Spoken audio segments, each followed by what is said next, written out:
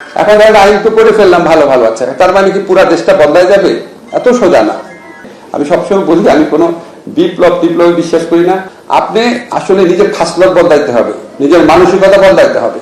মানে ক্ষুদ্র একটা জায়গা থেকে আমি যা চেষ্টা করছি, আপনারা লক্ষ্য করে দেখেন আমরা সিপিসিতে এবং সিআরপিসিতে অনেক যুগান্তকারী পরিবর্তন এনেছি। খুব মানে বড় কথা হয়ে যায়, তারপরে বলি যে কাজগুলো কেউ কখনো করে নাই।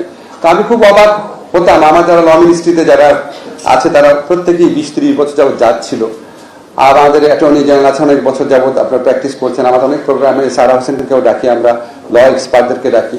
আমি খুব জানার চেষ্টা করেছি যে এই সোজা সোজা জিনিসগুলা, যেমন ধরেন সিপিসিতে সেখানে একজনের যে প্লেইট আছে, রিটেন স্টেটমেন্ট আছে, লেখাই আছে, সেটা পড়ে পড়ে শোনায় আর তার পক্ষের লোক বলে হ্যাঁ এটা তার লেখা। এটা করতে করতে নাকি 2 বছর চলে যায়, যেগুলি চেঞ্জ করে নাই কেন? তখন একটা কথাই বললো যে এটা চেঞ্জ করে মেজর কারণ যেটা হচ্ছে এক শ্রেণীর আইনজীবী, অনেক ভালো ভালো আইনজীবী আছে বাংলাদেশে, এক শ্রেণীর আইনজীবী যাদের পেশা ভালো করতে পারে না, তারা এরকম মামলা দীর্ঘসূত্রিতা আসলে তাদের জন্য এটা খুব সুবিধাজনক হয়। এটা আমি প্রধান কারণ শুনেছি, ভুল হতে পারে, শুনেছি, এটা অনেককে জিজ্ঞেস করেছি। আর এটা জিজ্ঞেস করেছি যে শুধু আইনজীবী না, এমনকি আপনার রাষ্ট্রের বিভিন্ন পর্যায়ের লোকজন যাদের অনেকের উপার্জনের উৎস হচ্ছে চাঁদাবাজি, গরিব মানুষের হয়রানি, তাদের ওখানে ভেস্টেড ইন্টারেস্ট থাকে। কোর্টে সাপোর্ট স্টাফ আছে এক ধরনের, তাদের ভেস্টেড ইন্টারেস্ট থাকে। এমনকি কিছু কিছু বিচারকেরও ভেস্টেড ইন্টারেস্ট থাকে। এই জিনিসগুলো কখনো করা হয়নি। সিআরপিসিতে আমরা করেছি, ব্লাস্ট ভার্সেস বাংলাদেশ রায়ের আলোকে অনেক কিছু করেছি। এখন ধরেন আইন তো করে ফেললাম, ভালো ভালো আছে, তার মানে কি পুরো দেশটা বদলায় যাবে? এত সোজা না, এত সোজা না। একটা আমাদের দেশে ভালো ভালো আইনের অভাব নাই। আপনি দেখবেন আমাদের যে পরিবেশ আইন রয়েছে, অসাধারণ আইন রয়েছে, কোনো ইমপ্লিমেন্টেশন নাই। বলে আপনার বুড়িগঙ্গা নাকি ইকোলজিক্যালি ক্রিটিক্যাল এরিয়া, যে দেখবেন একটা ড্রেন বানায় রাখছে একটা, মানে মানুষ বোধহয় একবার ডুব দিলে সাথে সাথে মরে যাবে এমন অবস্থা, এত জঘন্য অবস্থা করে রেখেছে। এখন ঢাকার আশেপাশে অন্যান্য নদীগুলোকে পলিউশন করা শুরু হয়েছে। আইন দিয়ে সবকিছু হয় না। সবচেয়ে প্রধান জিনিস হচ্ছে আপনার ইনস্টিটিউশন গড়তে হবে। এই ইনস্টিটিউশন গড়ার কাজটা আমরা বুঝি না। আমরা মনে করি সমস্ত সংস্কার হচ্ছে, এখন আপনারা দেখবেন অনেকে বলে সংবিধানের মধ্যে এটা ঢুকাচ্ছে, এটা ঢুকাচ্ছে, এটা ঢুকাচ্ছে, অ্যাজ ইফ সংবিধানে সবকিছু ঢুকালে সাথে সাথে মানুষজন চেঞ্জ হয়ে যাবে। পৃথিবীতে তো ওয়ান অফ দ্য বেস্ট সংবিধান হচ্ছে মালদ্বীপের, কি হয়েছে সেখানে? তারপর আপনার আরব স্প্রিং এর পর টিউনিশিয়াতে একমাত্র সংবিধান পরিবর্তন করে ভালো ভালো বিধান ঢুকিয়েছে। তারপর 10 বছরে 11 বার সরকারের পতন ঘটেছে। তারপরে যে শাসক আসছে সে আগের শাসকের চেয়ে অনেক খারাপ। আমরা এত সোজাভাবে ভাবি না যে সমস্ত সংস্কার, সমস্ত দেশ পরিবর্তন আইনের পরিবর্তন করলে হয়ে যাবে না। আপনি আসলে নিজের খাসলত বদলাইতে হবে, নিজের মানসিকতা বদলাইতে হবে। আমরা অন্যের সমালোচনা করার পর ছিঁড়ে ফেলি এক একজনকে। যেমন ধরেন একটা প্রচলিত সমালোচনা আছে, সবাই বলবে কি আচ্ছা এই খালেদা জিয়া, তারপরে শেখ হাসিনা, তারপরে আপনার এরশাদ, এরা কেউ ক্ষমতা ছাড়ে না, উত্তরাধিকার নির্বাচন করে না, পূর্ব উত্তরসূরি কি হবে এটা ঠিক করে না। সত্যি আমরা করি। আপনি বলেন তো বাংলাদেশে বড় বড় যে পত্রিকা আছে, বড় বড় যে মানবাধিকার প্রতিষ্ঠান আছে, বড় বড় থিঙ্ক ট্যাঙ্ক আছে, কেউ কি উত্তরসূরি করে দেয়? আমার দেখা মতে ফজলে হাসান আবেদের মতো 2-1 এক্সেপশন ছাড়া কেউ করে দেয় না, কেউ করে না। ওইসব প্রতিষ্ঠান, ইভেন যে সমস্ত মানবাধিকার প্রতিষ্ঠান যারা অন্যের অ্যাকাউন্টেবিলিটি এবং ট্রান্সপারেন্সির কথা বলে, তারা নিজেরা চর্চা করে।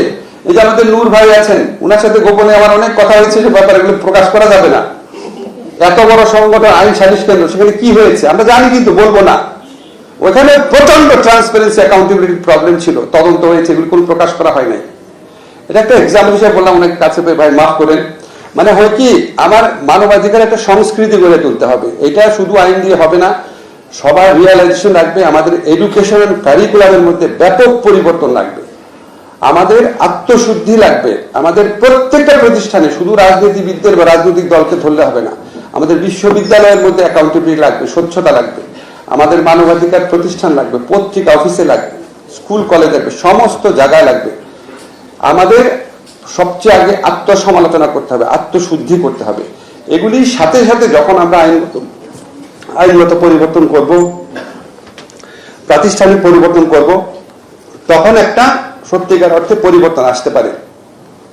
আমাদের এমনকি এমন ফ্যামিলিতে অভিযোগ আছে যে ফ্যামিলির মধ্যেও ট্রান্সপারেন্সি অ্যাকাউন্টেবিলিটি আছে কিনা, বউয়ের ক্ষেত্রে যে আইন স্বামীর ক্ষেত্রে সে আইন কিনা, ছেলে সন্তানের ক্ষেত্রে যে আইন মেয়ে সন্তানের ক্ষেত্রে সে আইন কিনা। তা আমার যদি সবার মধ্যে ঘরে ঘরে যদি সমস্যা থাকে, আমি কিছু ভালো ভালো কথা লিখে দিব আর সবাই ঠিক হয়ে যাবে, তো হয় না। তো আমাদের গভীর উপলব্ধির প্রয়োজন আছে, এই সমস্ত কথা বলা দরকার আছে, নিজেদের দিকে তাকানো দরকার আছে। এত কিছুর পর আমরা চেষ্টা করব, এটা কিন্তু একটা মানে অনেক বড় পথের যাত্রা, এটা র্যাডিক্যালি চেঞ্জ হয়ে যাবে বিশ্বাস করি না।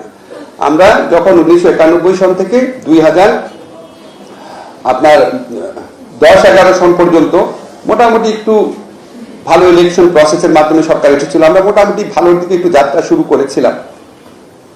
শেখ হাসিনা 2013 সনের সময়ও কিন্তু অনেকগুলা মেয়র ইলেকশনে অন্য দলের প্রার্থী বিজয়ী হয়েছিল, শেষ ছিল গাজীপুর, তখন পর্যন্ত ট্রান্সপারেন্সি ছিল।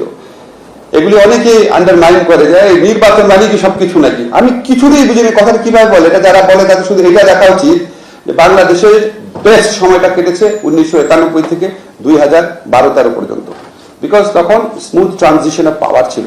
স্মুথ ট্রানজিশন অফ পাওয়ার থাকলে একটা অ্যাকাউন্টেবিলিটি থাকে। আমাদের দলগুলোর প্রত্যেকের তো সমস্যা আছে, সে যখন চিন্তা করে 5 বছর পর আমি ক্ষমতা হারাবো, ওই ভয়ে হলেও সে খারাপ কাজ কম করে, মানবাধিকারের ভায়োলেশন কম করে, রইস হয়ে করে। যখন ওই ভয়টা চলে যায় তখন কি দানবে পরিণত হয় সেটা আওয়ামী লীগের ফ্যাসিস্ট আমল থেকে আমরা বুঝতে পারি, যেটার কারণে আমাদের 1000-এরও বেশি ছাত্র জনতাকে প্রাণ দিতে হয়েছে, হাজার হাজার ছাত্র জনতাকে চিরস্থায়ীভাবে পঙ্গু হয়ে যেতে হয়েছে, কত কঠিন ভয়াবহ মূল্য দিতে হয়েছে আমাদের। তা আমার কাছে মনে হয় আমাদের উপলব্ধির ক্ষেত্রে, এই চিন্তার ক্ষেত্রে, এই সার্বিকভাবে চিন্তা চেতনার প্রয়োজন আছে। আমরা আশাবাদী থাকব, কিন্তু আমরা যেন আপনার ইউটোপিয়ান হয়ে না যাই, মানে অবাস্তব আশাবাদী যেন না হই, মানে বাস্তবতার সাথে সামঞ্জস্য রেখে।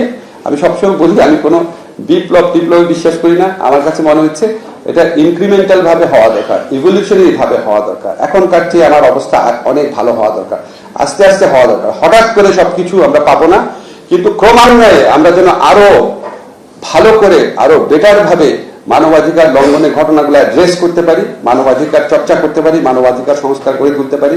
ক্রমান্বয়ে আমাদেরকে ভালো পথের দিকে যেতে হবে ইনশাআল্লাহ।